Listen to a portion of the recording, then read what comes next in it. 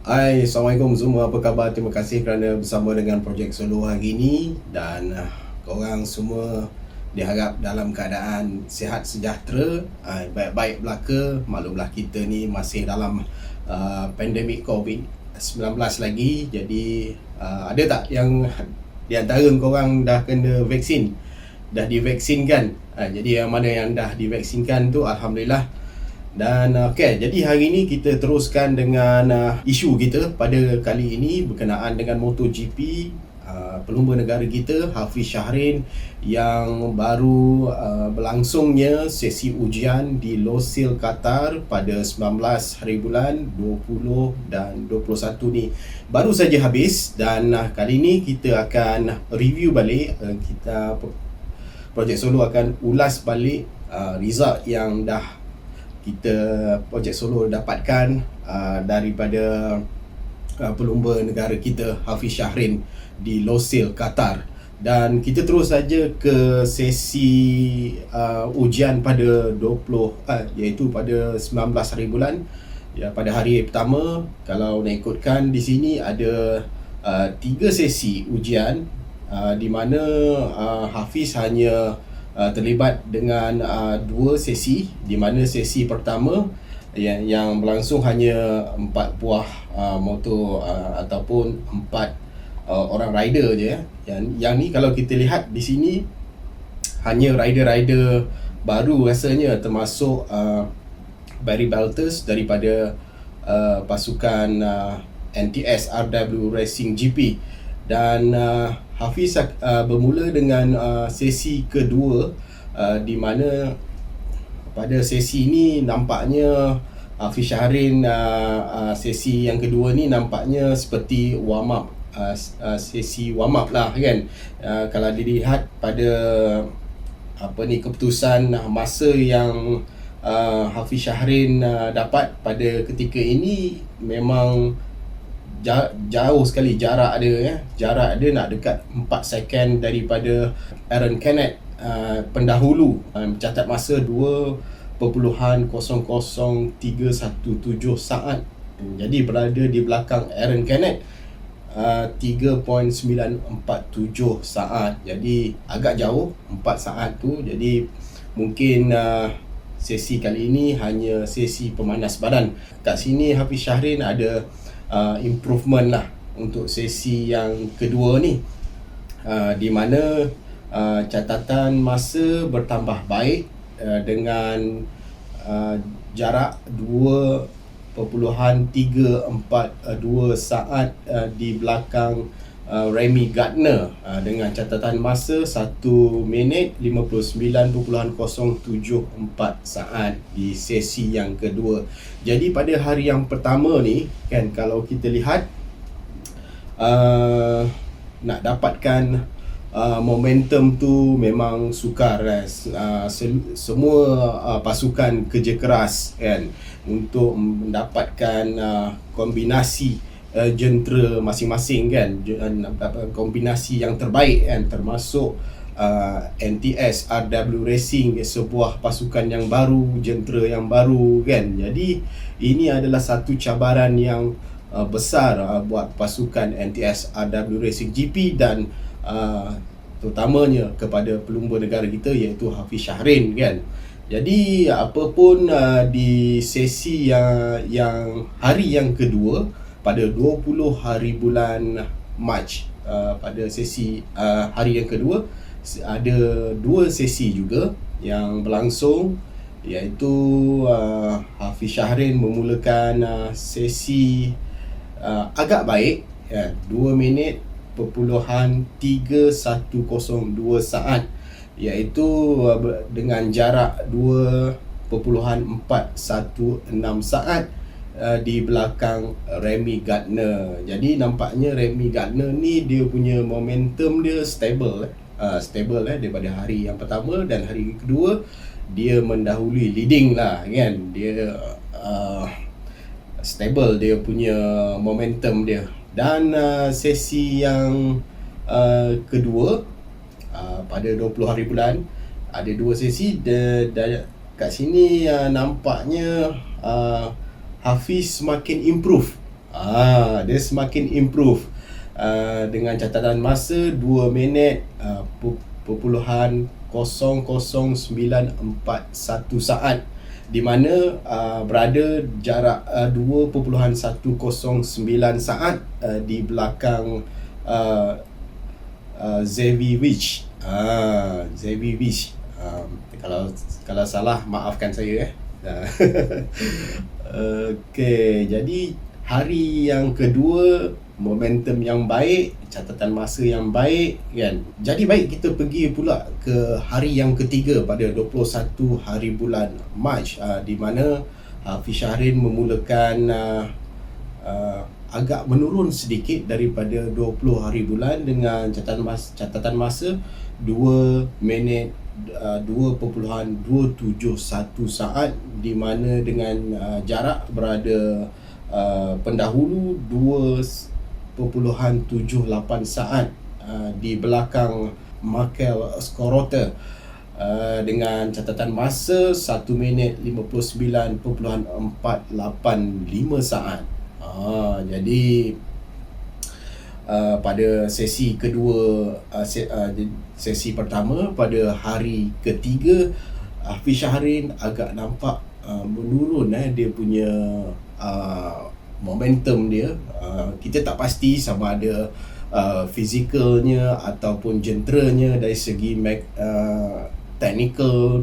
Mungkin ada sesuatu yang berlaku di situ kan. Tapi kalau nak ikutkan rakan sepasukannya, Barry Baltus berada kedudukan yang agak mengejutkan juga pada kedudukan ke-26, iaitu dengan catatan masa 2 minit 01.20 saat, yang berada jarak 1.715 saat di belakang pendahulu kan. Jadi ini adalah satu perkembangan yang positif kepada Barry Baltus dalam pasukan NTSRW Racing GP ini kan.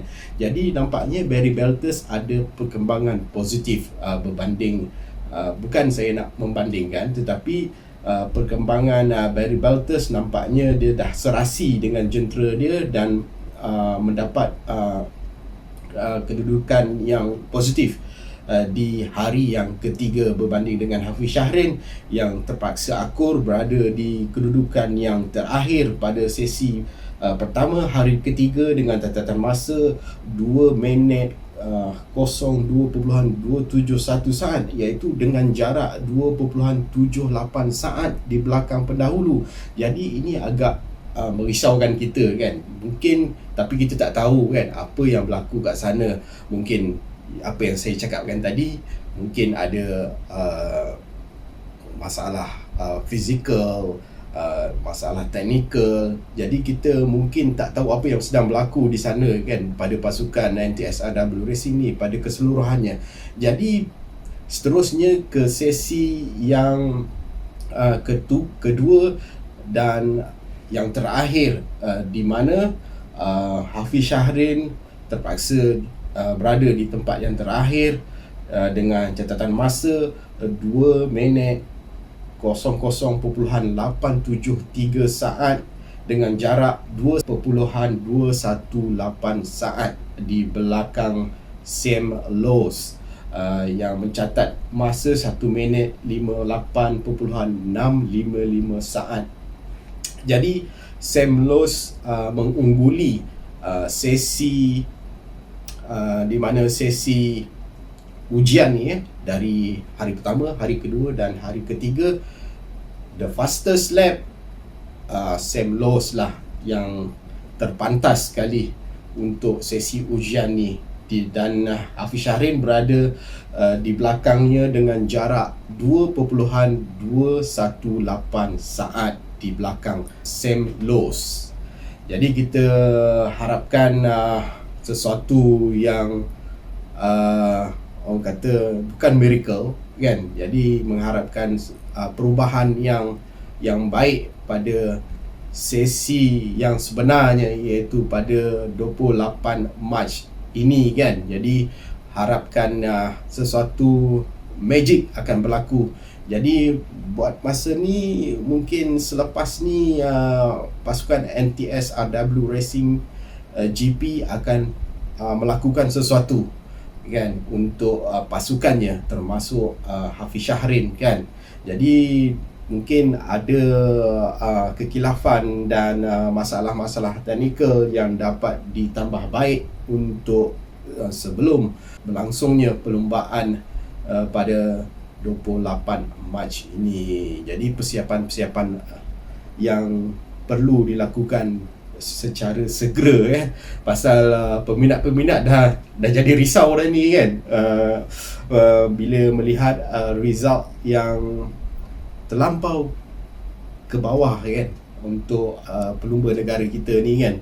Jadi harapan kita semoga ada penambahbaikan dan kita harapkan yang terbaik. Jadi kita sama-sama doakan semoga apa yang dirancangkan semua berjalan dengan baik kan. Mungkin ada sesuatu perkara yang boleh menggembirakan kita nanti kan, pertamanya peminat-peminat Hafiz Syahrin kan.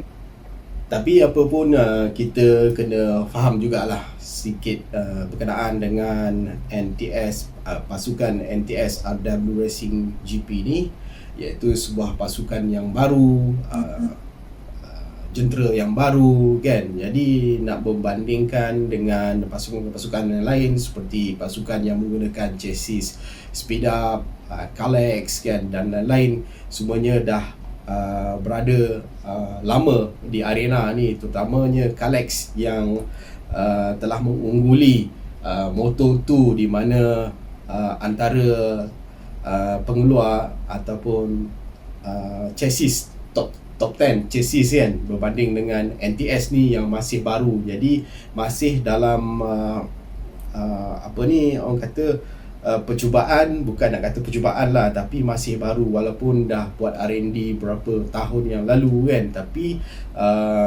dah mula bersaing dengan pasukan-pasukan yang dah gah kan. Jadi ini adalah satu saingan yang sengit yang mereka hadapi kan. Jadi kita fahamlah situasi ini. Jadi MotoGP ni bukan sekadar hanya sukan perlumbaan motor saja, tapi ia adalah sebuah pembangunan pemotoran, pembangunan teknologi pemotoran kan.